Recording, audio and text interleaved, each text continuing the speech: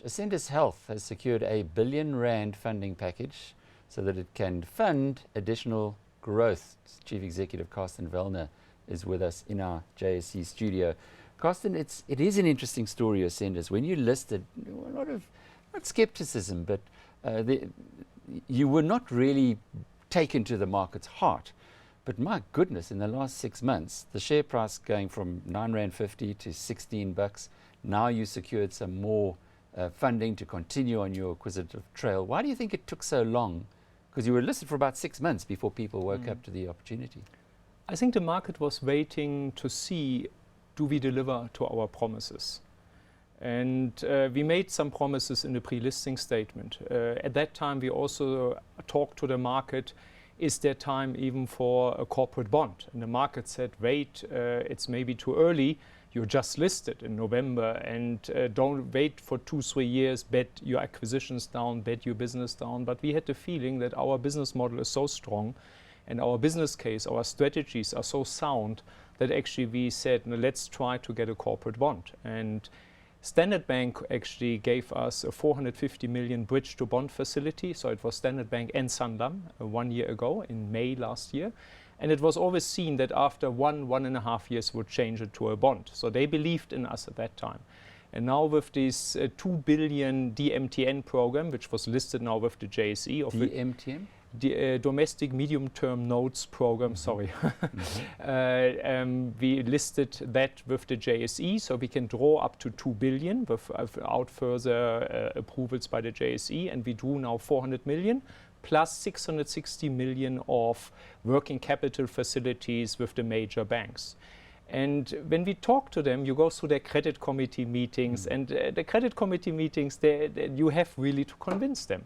But we could convince them. They did a very diligent process going through our numbers. And yeah, and in the end, lots of people have got ideas and dreams, and I would like to consolidate a fragmented industry. We saw Peter van Zyl just now from York Timber. They would love to be able to get this fragmented industry together, which is something along the lines of what you're doing. They're not getting any money. You're getting plenty. Yeah, we actually, I must say, we are proud of this because after you say it right. What's the story is, I think they believe in our performance. They see that what we promised 1 year ago when we went to the market, acquisitive growth, organic growth, and synergistic growth. We delivered on all the 3 areas. We ticked all the 3 boxes. We over-delivered our numbers, so that also helped. In an environment where the debt market after the African bank story, of course, is difficult to access.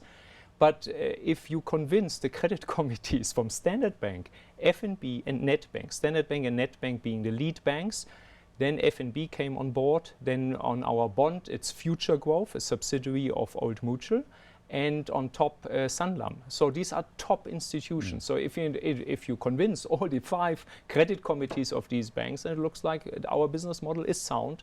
And we have proven this with our annual results. I was in your show a few weeks ago where we could present our results, which were very nice according to the expectations, even a little bit a tick higher.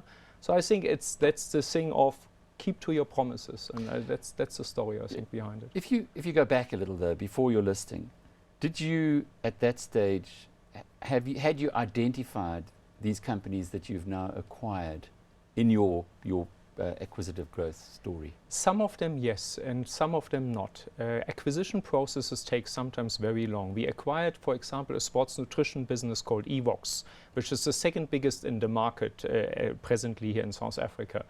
And that took us 3 years to convince the seller actually to sell to us. So it's sometimes you have to have this bull terrier instinct. Why did they sell to you? How did you convince them?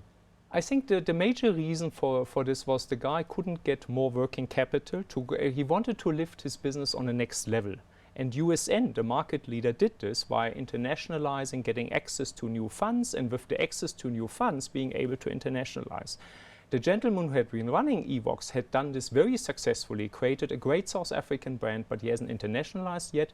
And I think he came to his limit of working capital and his limit of expertise, where he needed a little bit more corporate expertise to help him to go to the next step. But why you? Why not somebody else? Why not because talk to the credit committees? It's a good point.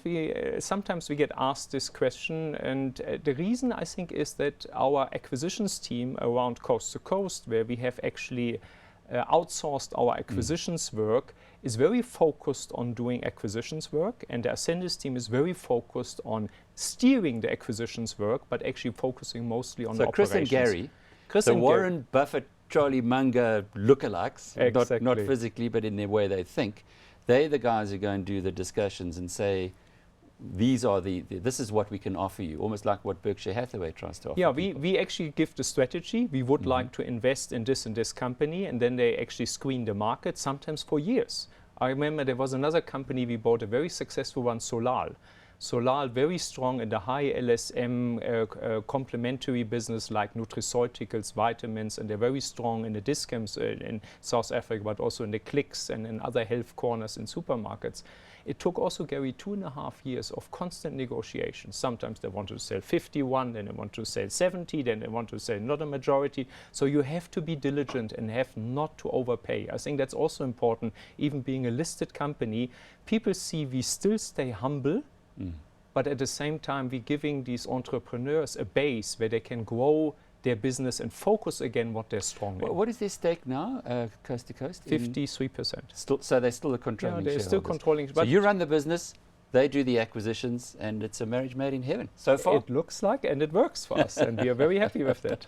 Karsten, good talking with you as always. Karsten Wellner, the Chief Executive of Ascendis Health.